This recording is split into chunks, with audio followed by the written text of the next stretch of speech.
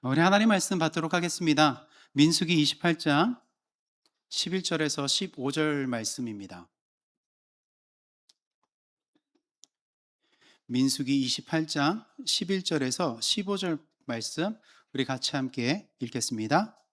초하루에는 수송아지 2마리와 순양 1마리와 1년 되고 흠없는 순양 7마리와 야훼께 번제를 드리되 매 송아지에는 고운 가루 10분의 3에 기름 섞은 소재와 순양 1마리에는 고운 가루 10분의 2에 기름 섞은 소재와 매 어린 양에는 고운 가루 10분의 1에 기름 섞은 소재를 향기로운 번제로 야훼께 화제를 드릴 것이며 그 전제는 수송아지 1마리 포도주 반 흰이요 순양 1마리에 3분의 1 흰이요 어린 양 1마리에 4분의 1 흰이니 이는 1년 중 매월 초하루의 번제며 또 상번제와 그 전제 외에 순염소 1마리를 속죄제로 야훼께 드릴 것이니라. 아멘. 하나님은요, 이 세상의 절기라는 것을 통해서 그리스도가 어떤 분이시고 그 그리스도가 무엇을 하실 것인지에 대해 알려주고 계십니다. 그래서 우리가 살아가고 있는 이 역사는요, 그냥 단순히 날이 반복되고 해가 바뀌는 것을 즐거워하며 끝나는 것으로 살아가서는 안 되는 것입니다. 이제 2026년이 되었습니다. 우리 이 한 해를 시작하면서 새로움에 대한 그 기대 또는 계획하고 준비했던 것을 이루어 가기 위한 그런 다짐들로 시작을 했을 것입니다. 그래서 아마 올해도 작년과 그렇게 차이 나지 않게 열심히 살아갈 것입니다. 특히나 지금 학생 신분으로 또는 청년의 시간을 보내고 계신 분들은 진학이나 취업, 결혼 등 이 사회의 구성원이 되기 위해 준비하면서 각자의 상황에게 주어진 속에서 그것들을 얻기 위해 치열하게 아마 세상을 살아갈 것입니다. 그리고 그 세상의 치열한 경쟁 속에서 내가 계획하고 원하는 것을 이루었을 때는 즐겁고 기쁘고 감사하고 사람들과 나누면서 즐거워할 것입니다. 그러나 반대로 내가 계획하고 바라고 원했던 것을 이루어내지 못했을 때는 좌절과 낙심 속에서 사람들의 위로를 받으며 아마 다음 해를 기다릴 수도 있을 것입니다. 또는 지금 가정을 이루고 자녀를 양육하며 살아가시는 분들, 또는 이제 자녀가 다 시집 장가 보내고 난 다음에 손자들을 보고 계시는 분들, 그 나름대로의 그 고충 속에서 나에게 주어진 모든 것을 얻기 위한 노력들을 해 가시면서 살아갈 것입니다. 그래서 우리는 이 역사 안에서 최선을 다해 살아내야 합니다. 그리고 거기서 조금 더 나아가서 내가 살아가고 있는 이 삶이 지금 누구 안에서 살고 있는지를 확인하셔야 되는 겁니다. 내 삶이 지금 이 역사를 주관하고 계시는 그 주관자 하나님 안에서 살아내고 있는지를 늘 점검해야 하는 것이고, 내가 하나님 안에서 이 날들을 보내고 있음을 기억해야 될 것입니다. 오늘의 날이 내 힘으로 살아가는 것처럼 보이지만 실상은 이 역사의 주관자 하나님의 그 섭리와 경륜 안에서 우리가 살고 있음을 확인하는 것입니다. 오늘 이 금요일 저녁 가운데 모이신 분들이라면 아무래도 그래도 내가 하나님 안에서 살아가고 있다라는 것을 기억하기 위해 오신 분들이라고 생각이 듭니다. 할렐루야. 네. 그렇지만 이렇게 나와 있는 이 모습이 내가 역사의 주관자 하나님 앞에 살아가고 있다라는 것이 다가 아닙니다. 이 자리에 나와 있어도 내 중심, 내 마음이 하나님을 향해 있지 않으면 아무 소용 없는 것입니다. 이왕 이 자리에 나왔으니까 몸만 이 자리에 있는 것으로 끝나지 마시고 우리의 생각, 이 마음을 하나님께 향해, 하늘을 향해 집중해 주시기를 부탁드려 보겠습니다. 우리는 하나님의 주권 아래서 하나님의 다스림과 보살핌 안에서 살아가고 있음을 나타내야 하는 자들입니다.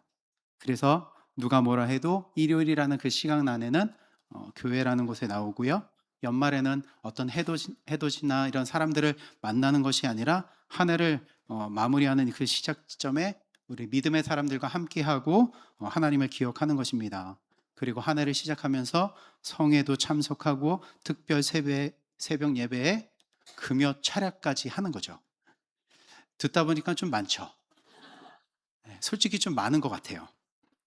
연초에 너무 많이 몰려 있어서 이 예배의 집중도가 조금은 떨어질 수도 있지만, 끝까지 끝날 때까지 한번 힘내보시기를 부탁드려 보겠습니다.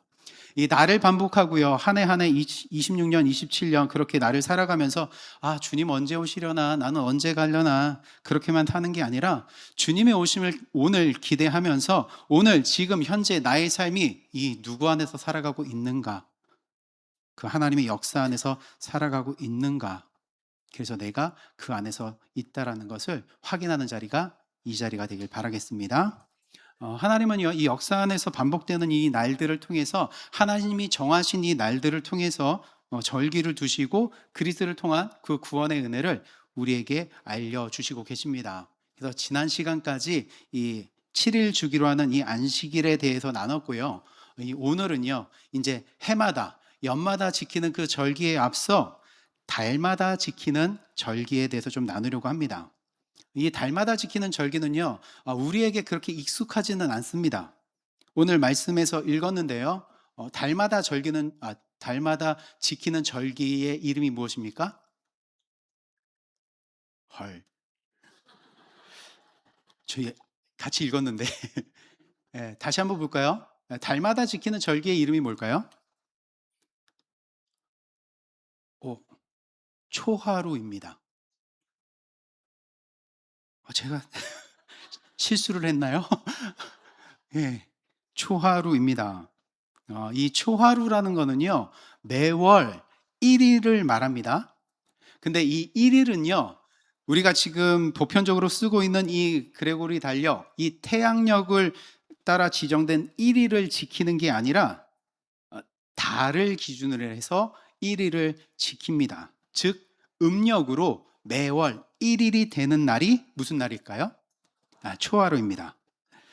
근데 이 초하루 그러면 뭔가 이 교회에서는 어울리지 않고 요즘 시대에는 무엇인가 좀 동떨어진 듯한 단어 같지 않습니까? 뭔가 저기 조선 시대까지는 좀 사용했어도 될 것 같고, 우리 쪽보다는 저쪽 절 쪽에서 좀 더 어울릴 것 같은 그런 단어로 좀 느껴져요. 오늘 이 말씀을 저도 준비하면서 이 초하루라는 이 단어가 저에게도 그닥 친근하게 다가오지는 않았습니다. 그냥 구약 시대에 이런 절기가 있었나 보다. 어떤 특정한 일들도 없는 것 같고, 그래서 이 초하루라는 것에 대해서 그렇게 큰 관심을 두지 않고 넘어갔었어요. 그래서 이 절기라는 것을 나누려고 할 때 이 초하루에 대해서 할까 말까 이 고민을 하면서 봤거든요. 근데 의외로 이 말씀 안에서요, 이 초하루와 관련된 일들이 몇 가지가 있더라고요. 그래서 그 말씀들을 찾아보면서 하나님이 그냥 놔두신 게 아니구나. 이 초하루라는 것이 그냥 놔둔 게 아니라 이 안에도 그 구원의 의미를 우리에게 남겨두시고 알게 해주시는 거구나. 그거를 좀 깨닫게 되었습니다. 그래서 다소 익숙하지 않은 절기 초하루지만 이 부분에 대해서 우리 같이 한번 그 의미를 함께 가지고 갔으면 좋겠습니다. 먼저 이 초하루라고 하는 이 단어가요, 히브리어로는요, 로시 호데시라는 단어거든요. 이 로시 호데시가 무슨 뜻이냐면 달의 머리라는 뜻입니다. 제가 몇 가지 사진을 좀 준비해 봤습니다. 그래서 방송실에 좀 부탁을 드렸는데요. 잠시 사진을 하나 보시면요. 이게 달의 모양을 날짜에 맞춰 놓은 달력입니다. 이번 달 1월 달 달력입니다. 이 달도요, 지구를 중심으로 공전을 하기 때문에요, 그 날의 달의 위치에 따라 태양의 빛을 반사하는 그 모습이 우리에게 이렇게 변해서 포착이 되는 거죠. 그러면 이 달력 중에 언제가 음력으로 1일일까요? 예, 의견들이 분분하신데, 무엇인가 달이 없어져 보이는 달 있으시죠? 예, 19일입니다. 네. 1월 19일이 음력으로 1일이에요. 그럼 왜 이 19일을 음력으로 1일로 정했냐? 이 다음 사진을 좀 보시면요.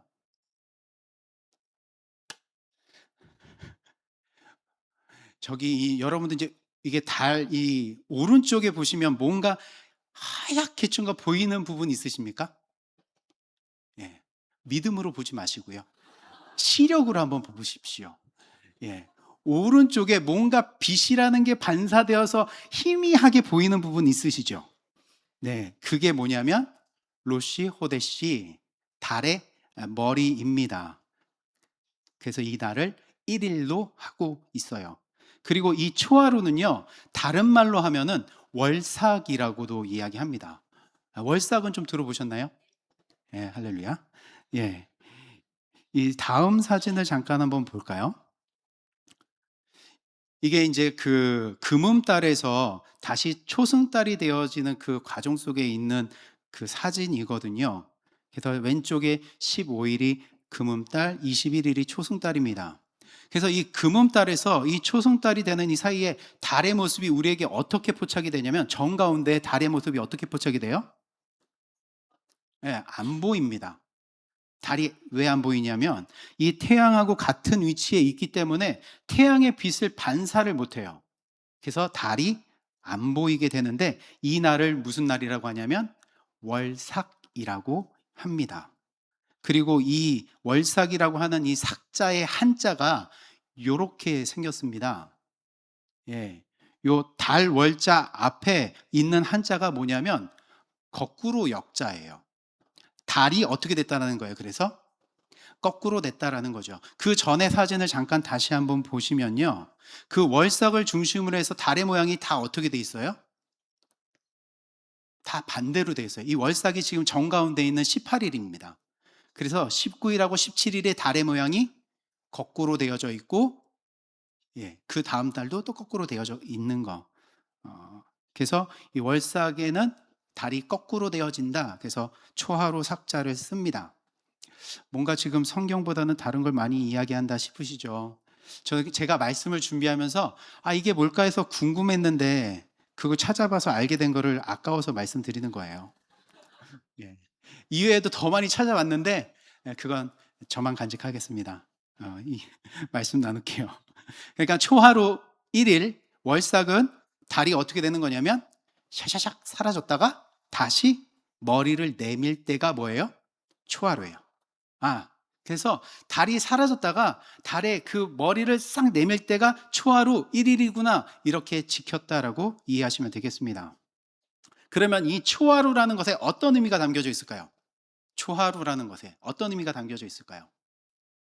없어졌다가 다시 나타나는 거예요. 그러면 무엇을 의미할까요? 없어졌다가 나타났습니다.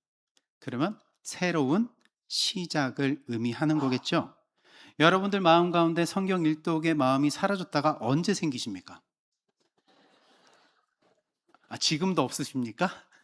네. 그 사라졌던 성경 일독의 마음이 언제 샤샤샥 하고 나타나십니까? 1월 1일에.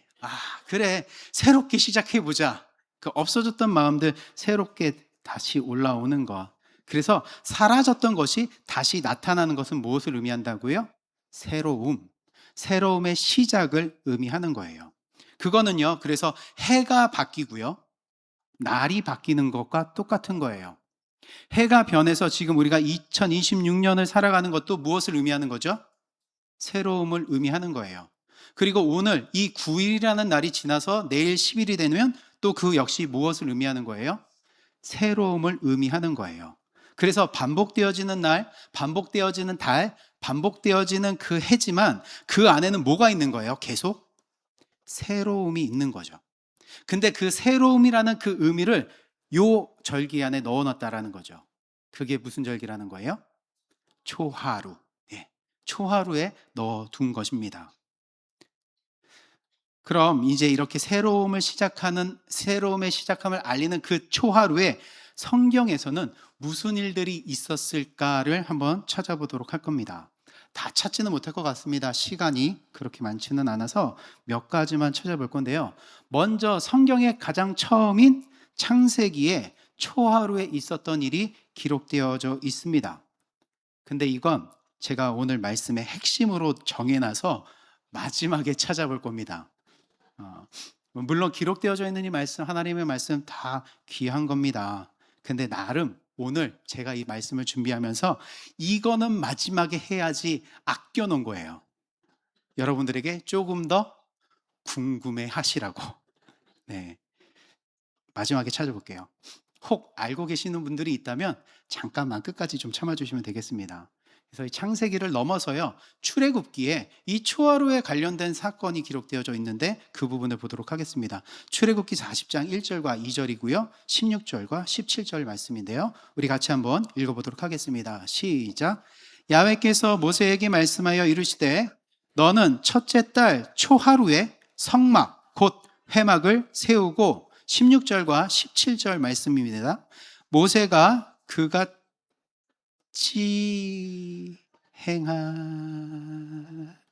네, 같이 한번 읽어보겠습니다. 시작.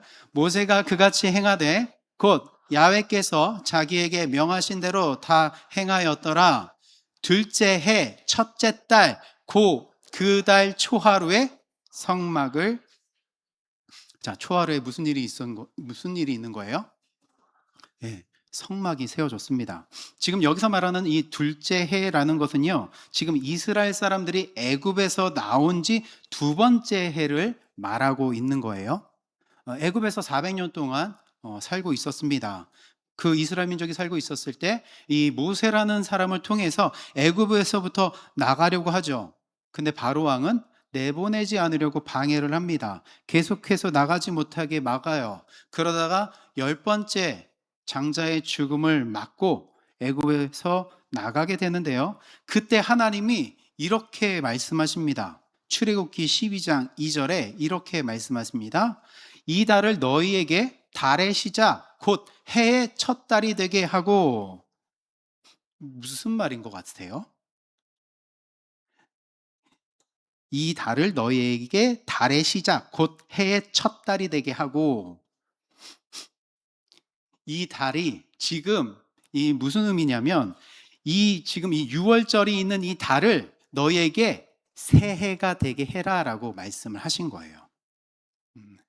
지금 하나님이 6월절을 준비해라라고 말씀하면서 지금 이 6월절이 있는 이 달이 지금 너희에게는 뭐다?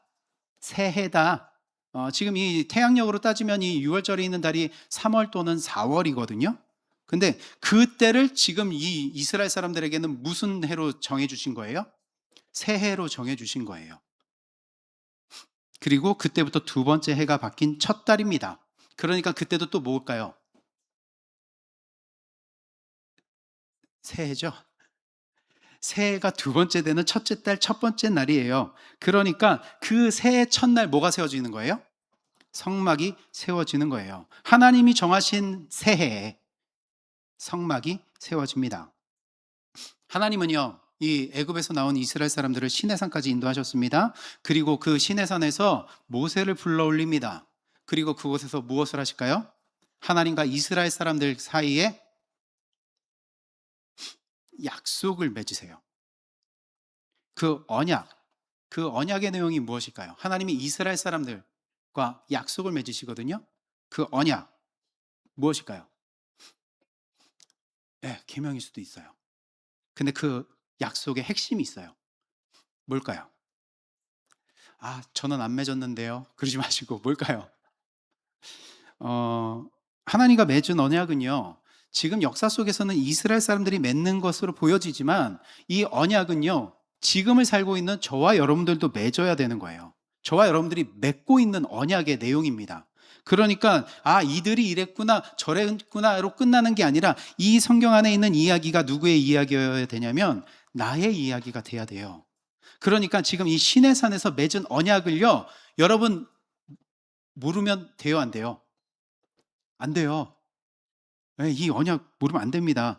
여러분들이요, 이 계약의 당사자로 계시는 거예요. 언약의 내용을 모르면 안 됩니다.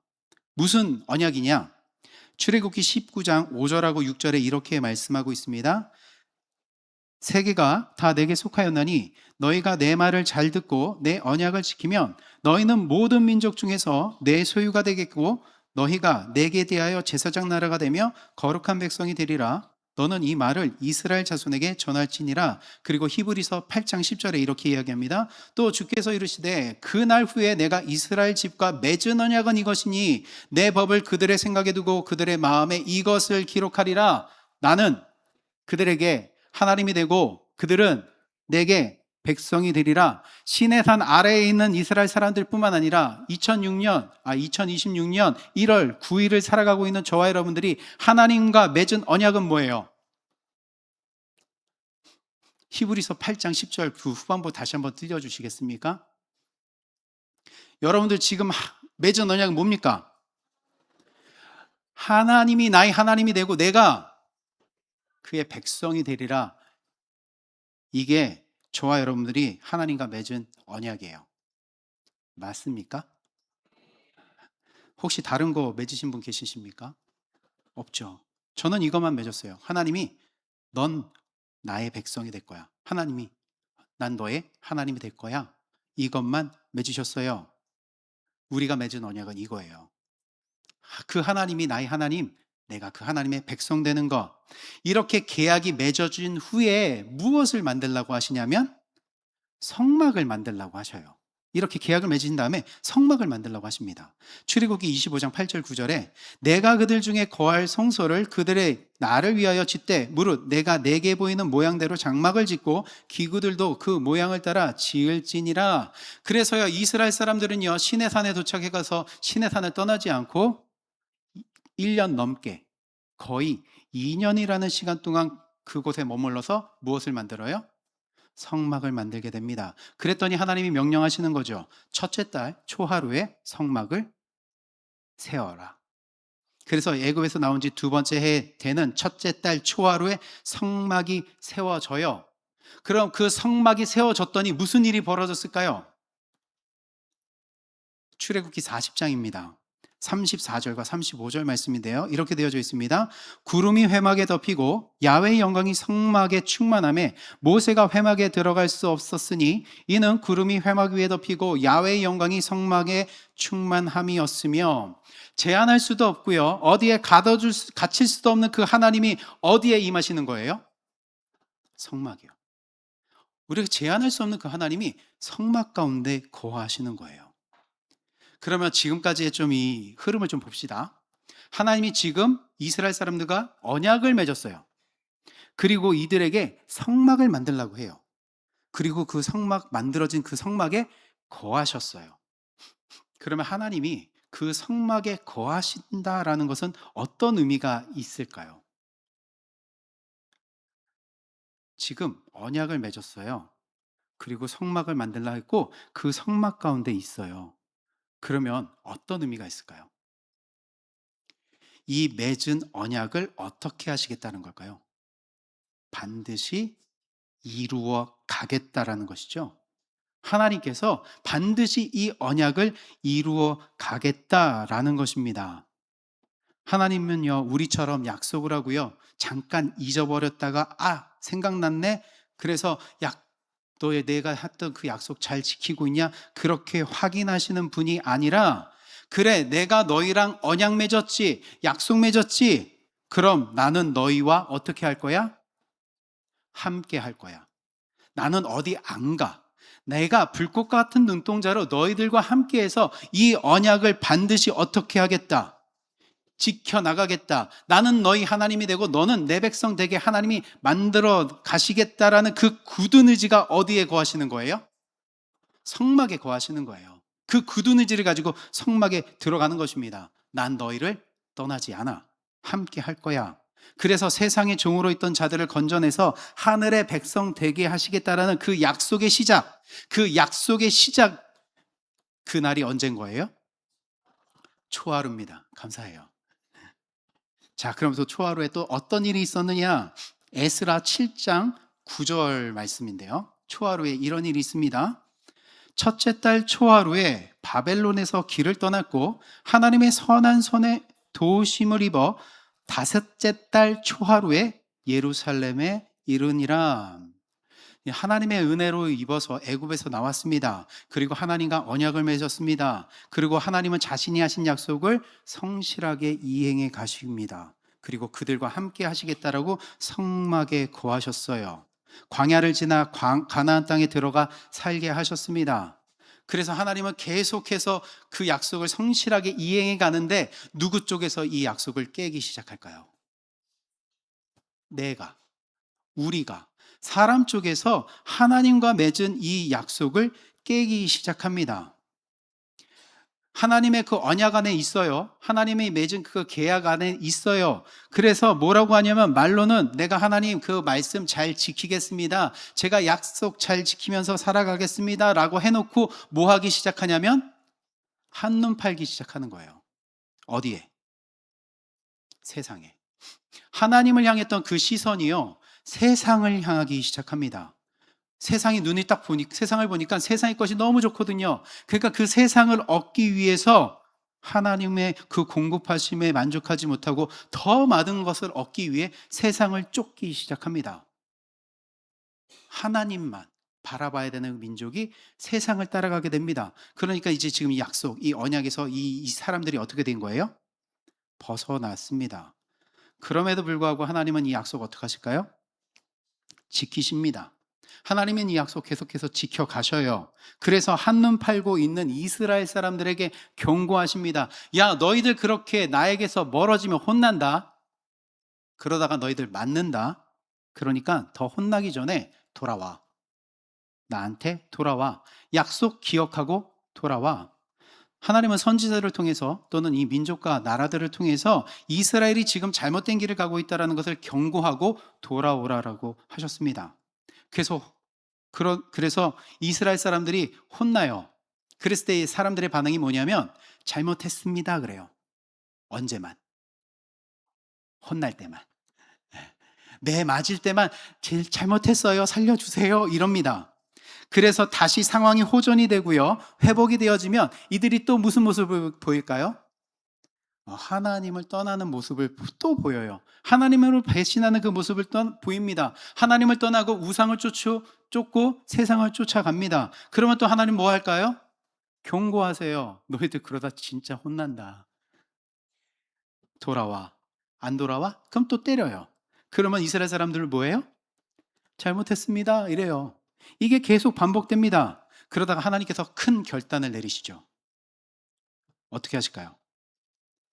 세상을 쫓고 있는 그들을 아예 세상으로 집어넣습니다. 그게 뭐냐면 바벨론의 포로가 되게 만드시는 거예요. 자꾸 이들이 하나님의 약속을 어기고 세상을 쫓으려고 하니까 그래 아예 바벨론 포로가 되게 하십니다. 진작에요 나라는요 두 개로 나눠졌어요. 그리고 북이스라엘은 아수르에 의해 망했습니다. 이제 남유다만 남았는데요. 이들마저 지금 바벨론의 포로가 되게 하신 거예요. 이건 하나님의 힘이 부족하고 연약하고 약해서 이스라엘 사람들을 지키시지 못하는 게 아니라 이것 또한 이 언약을 이루어 가신 하나의 방법인 거예요. 야, 니들 그렇게 나를 떠나고 살아간다고 하면서 자꾸 세상을 따르는데 그래, 세상 한번 섬겨봐, 니들. 그래, 니들 그 세상 속에서 한번 살아봐. 세상이 어떤지 한번 경험해봐. 그래서 바벨론 포로가 되어 그곳에서 생활을 하게 됩니다. 그리고 그들이 깨달은 거죠. 그 속에서. 하나님 떠나면 안 되는구나. 그걸 그제서야 깨닫게 됩니다. 그래서요, 이 바벨론 포로 귀환 이후에는요, 이 이스라엘 사람들 민족 안에서 우상을 섬겼다는 이야기는 안 나와요. 네, 엄청 맞았거든요. 그러니까 다시 우상을 섬기는 일은 없습니다. 그런데 이렇게 아무튼 하나님이 포로로 넘겨주셨고 정하신 때에 포로에서 돌아오게 하시는 날, 바벨론에서 떠나오는 날이 무슨 날이었던 거예요? 네, 초하루였던 거예요. 그리고 하나님의 선한 손의 도우심으로 예루살렘에 도착했던 날도 초하루였던 거죠. 그러면 이 새로움의 시작을 알리는 이 초하루에 일어난 이 포로 귀환을 통해 우리에게 말씀하시는 건 또 어떤 것일까요? 세상을 따라 세상의 힘에 억눌려 있던 그 삶이 맞춰지는 것. 그래서 진정한 자유와 진정한 샬롬, 그 평강이 주어지는 것. 예루살렘의 새로운 삶이 시작되어졌다는 것을 알리는 게 이 초하루입니다. 너희들 세상이 좋다라고 한번 쫓아가봐. 그 속 안에서 한번 살아봐. 그렇지만 깨닫는 거죠. 아, 세상은 선망의 대상이 아니구나. 세상은 쫓는 게 아니구나. 이 세상의 실체는 뭐다? 죽음이다. 하나님 안에 있을 때 진짜 샬롬을 누리는구나. 하나님 안에 있을 때 하나님의 백성으로 자유와 평화를 누린다라는 것을 알려주시기 위한 날이 초하루인 거예요. 포로된 삶을 청산하고 자유를 얻는 새로운 삶의 시작입니다. 그래서 두 가지는 조금 빠르게 나누겠습니다. 역대하 29장 17절입니다. 첫째 달 초하루에 성결하게 하시기를 시작하여 그 달 초 8일에 야훼의 낭실에 이르고 또 8일 동안 야훼의 전을 성결하게 하여 첫째 달 16일에 이르러 마치고라고 해서 초하루에 무슨 일이 있었냐면 성결하기를 시작했다라고 이야기하고 있어요. 이 히스기야 왕이요, 이 이스라엘 사람들의 신앙을 회복하기 위해서 방치되어져 있던 이 성전을 깨끗게 한 날, 성결하기를 시작한 날이 무슨 날이에요? 초하루입니다. 그리고 민수기 33장 38절에 이 또 초하루에 대해 이렇게 기록되어져 있습니다. 이스라엘 자손이 애굽 땅에서 나온 지 40년째 5월 초하루에 제사장 아론이 야훼의 명령으로 호르산에 올라가서 거기서 죽었으니 초하루에 누가 죽어요? 아론이 죽어요. 아론은 대제사장이죠. 네, 모세의 형 아론은 대제사장입니다. 그러면 대제사장이 죽는 것으로 끝나는 것이 아니라 그 아론의 뒤를 이어서 아들 엘르아살이 새로운 대제사장으로 세워지는 거예요. 지금 우리가 조금씩 보여지는 장면과 사건은 달라도요, 이 초하루의 의미가 어떠한 의미가 들어있는지는 조금 아시겠죠? 새로움이라는 것, 그 의미가 들어가 있는 거예요. 그럼 이제 오늘 아까 말씀드렸던 것, 창세기에 기록되어져 있는 이 초하루에 있었던 사건을 볼 겁니다. 과연 이 창세기에는 이 초하루와 관련돼서 이 새로움과 관련되어져 있는 사건은 뭘까요? 새로움의 시작을 의미하는 거. 뭔가 알 것 같은데 알려주지 않으면 몰라요 라는 그런 표정으로 보시면 창세기 8장 13절 말씀을 같이 한번 보도록 하겠습니다. 창세기 8장 13절 말씀입니다. 우리 같이 한번 읽어보겠습니다. 시작. 601년 첫째 달 곧 그 달 초하루 날에 땅 위에서 물이 거친지라 노아가 방주 뚜껑을 제치고 본즉 지면에서 물이 거쳤더니 지금 이 초하루에 무슨 일이 있어요? 물이 거쳤대요. 지금 초하루에 물이 거쳤답니다. 지금 땅 위에 있는 물은 무슨 물일까요? 지금 땅에요, 샘이 터지고요, 하늘이 열려서 비가 쏟아짐으로 인해서 온 세상이 물로 덮였습니다. 그럼 그 물은 무슨 물일까요? 하나님이 자연 만물을 통치하고 계심을 보여주면서 쏟으신 물일까요? 아니면 세상을 향해 진노로 쏟으신 심판의 물일까요? 심판의 물입니다. 지금 세상에 덮여 있는 물은요, 하나님이 이 세상을 향해 진노하심으로 쏟은 물, 심판의 물입니다. 즉 죽음이에요. 온 세상은 그래서 어떤 상태예요? 죽음의 상태입니다. 지금 물이 가득했다라는 것, 지금 죽음의 상태라는 거예요. 그런데 이렇게 온 세상이 내려져 있던 하나님의 심판, 진노, 그 죽음이 어느 날 초하루에 어떻게 되는 거예요? 거두어지는 거예요. 하나님의 진노와 심판의 그 물을 거두지 않으면요, 여전히 이 세상은 뭐라고요? 죽음이에요. 방주 밖은 다 뭐예요? 죽음이에요. 방주 밖으로 나가면 죽어요. 그런데 그 하나님이 그 심판을 거두셨기 때문에, 물이 거쳤기 때문에 노아와 그 식구들이 방주의 문을 열고 나올 수 있게 됐습니다. 그날이 무슨 날이라고요? 초하루요. 그러니까 초하루는요, 새로움, 이 새로움의 시작을 의미하는 것을 알려주는데, 그 새로움이 무엇이냐라는 거죠. 그렇게 새롭게 되어지는 그것이 무엇이냐라는 것을 알려주는 것입니다. 곧 하나님의 심판, 하나님의 진노가 거친 그 은혜 입은 자가 하나님의 백성으로 회복되어지는 것. 다시요. 하나님의 그 심판, 그 진노가 거치고요. 은혜 입은 자가 하나님의 백성으로 회복되어지는 것. 그게 초하루 안에 있는 의미인 거예요. 세상에 갇혀서 세상을 쫓으며 살아갔던 자, 그 세상의 힘에 억눌려 있던 자가 자유롭게 돼서 하나님 안에서 평강을 누리는 것입니다. 더불어 옛사람은 죽고 내가 성결하게 깨끗하게 새 사람으로 거듭남을 의미하는 거예요. 이 초하루가 로시 호데시라고 했습니다. 달의 머리라고 했는데 이 달이요, 이 호데시라는 이 달이요, 하다시라는 단어에서 어원이 되거든요. 이 하다시가 뭐냐면 새롭게 되다, 새 것이 되다라는 뜻이에요. 그리고 이 초하루라는 단어가 그리스어로 보게 되면 네오메니아라는 단어인데 이게 네오스라는 단어에서 유래가 됐습니다. 네오스가 뭐냐면 새로움, 젊은, 신선한, 방금 태어난 이란 뜻을 가지고 있습니다. 그러니까 이 초하루는 뭐냐면 하나님의 심판이 거치고 은혜를 입어 하나님의 백성으로 방금 태어난 신생아를, 방금 태어난 신생아, 젊음이 주어지는 것입니다. 그럼 누가 지금 방금 태어난 신생아처럼 새롭게 되어지는 거예요? 지금 말씀을 나누고 있는 우리들이 지금 막 태어난 분들입니다. 여러분들이 지금 뭐예요? 신생아입니다. 여기서 나는 지금 60, 70, 80인데 무슨 신생아, 지금 내가 막 태어났다고 그러시고 계십니까? 그러면 여러분들 누구 되냐면 니고데모 되는 거예요. 요한복음 3장 3절에서 5절에 이렇게 이야기하죠. 예수께서 대답하여 이르시되 진실로 진실로 내가 내게 이르노니 사람이 거듭나지 아니하면 하나님의 나라를 볼 수 없느니라.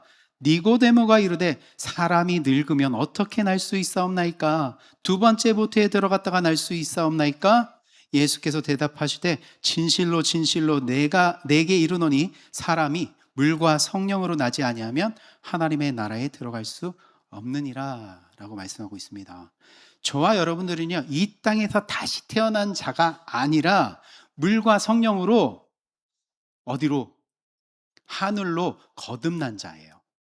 그렇게 새롭게 태어난 자들입니다. 땅으로 태어난 자들이 아니라 하늘로 태어난 자들이에요. 이걸 뭐라고 하냐면 거듭남이라고 하는 거예요. 거듭남 그러면 우린 뭔가 술 끊고 담배 끊고 행실이 바뀌는 걸 거듭남이라고 이해하는데 그게 거듭남 아니에요. 거듭남은 뭐라고요? 땅에 존재였던 우리가 하늘에 속하게 되는 게 그게 거듭남입니다. 완전히 새로운 존재로 태어난 거예요. 그럼 내가 하나님이 그 하늘의 새로운 존재로 거듭날 수 있게 되는 건 누구로 가능하게 되는 거예요? 방주의 실체이고 대제사장의 원형이 되시는 예수 그리스도로 가능케 되는 겁니다. 히브리서 3장 1절에 이렇게 이야기합니다. 그러므로 함께 하늘의 부르심을 받은 거룩한 형제들아, 우리가 믿는 도리의 사도이며 대제사장이신 예수를 깊이 생각하라. 에베소서 5장 25절에서 27절에 남편들아 아내 사랑하기를 그리스도께서 교회를 사랑하시고 그 교회를 위하여 자신을 주심같이 하라. 이는 곧 물로 씻어 말씀으로 깨끗하게 하사 거룩하게 하시고 자기 앞에 영광스러운 교회로 세우사 티나 주름 잡힌 것이나 이런 것들이 없이 거룩하고 흠이 없게 하려 하심이라. 세상에 가득한 죄로 인해서 하나님의 진노가 내려졌습니다. 그런데 그 속에서 살아남은 자가 있어요. 하나님의 은혜를 입은 자가 있어요. 누구예요? 오늘 새벽에도 했는데요. 노아요. 은혜 입은 자, 노아요. 그러면 그 노아가 그 하나님이 내리시는 그 진노에서 살아날 수 있는 방법은 무엇이었습니까? 열심히 방주를 만들어서 살 수 있는 게 아니라 방주 안에 들어가 있어서 살아야 되는 거예요. 방주 안에 있어야 사는 것입니다. 내려진 하나님의 진노는요, 피할 수 없습니다. 그래서요, 그 방주가 하나님의 진노, 하나님의 심판을 받는 거예요. 그 방주가 누구라고요? 예수님이요. 예수님이요, 그 하나님의 진노를 다 받습니다. 어디겠습니까? 십자가요. 예수님이 그 하나님의 진노를 다 받으세요.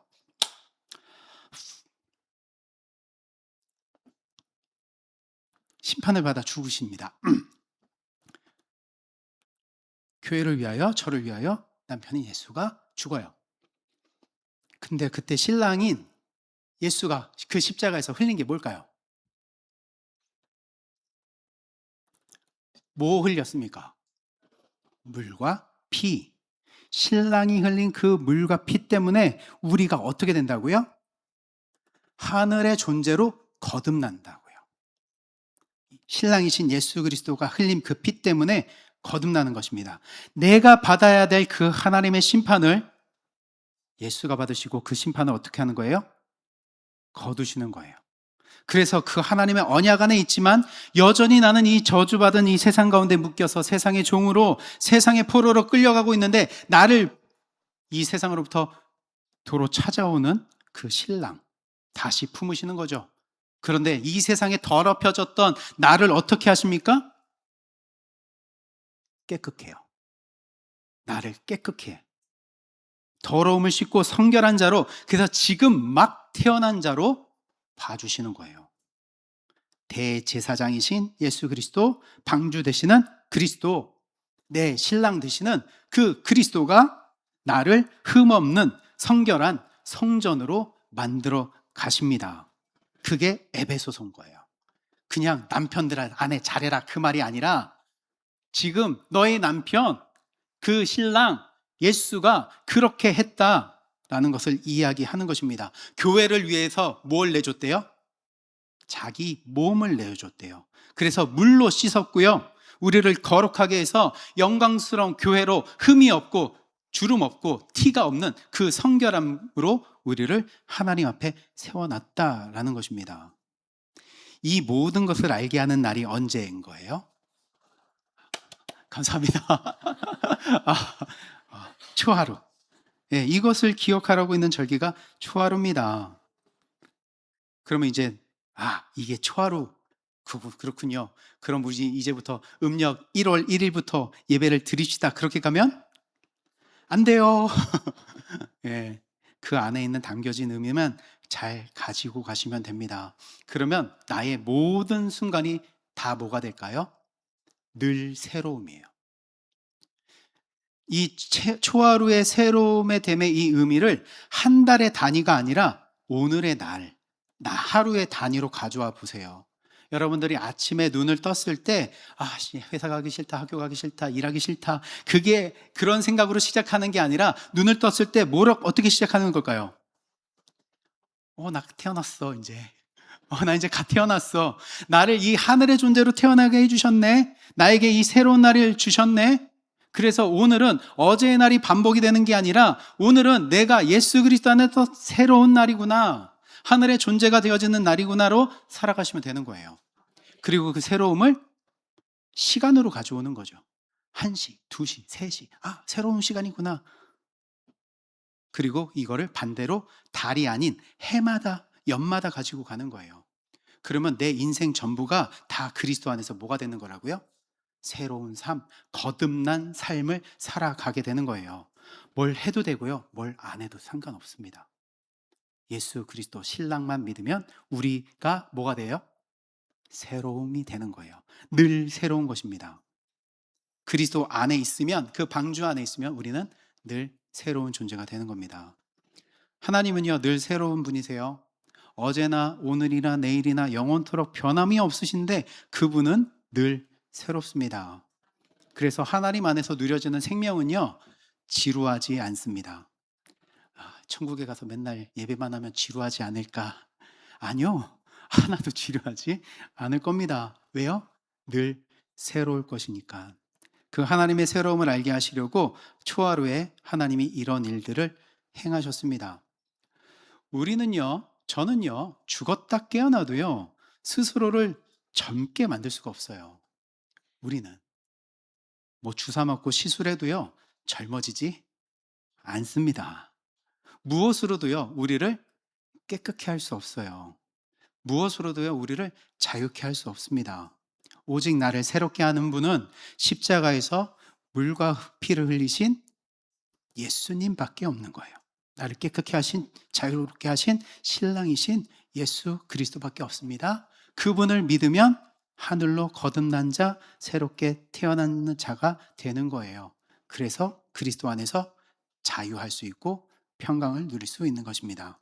이 진정한 자유와 평강 그리고 생명이 온전히 누려지시는 그 귀한 은혜의 날들을 살아가시기를 주님의 이름으로 축원드립니다.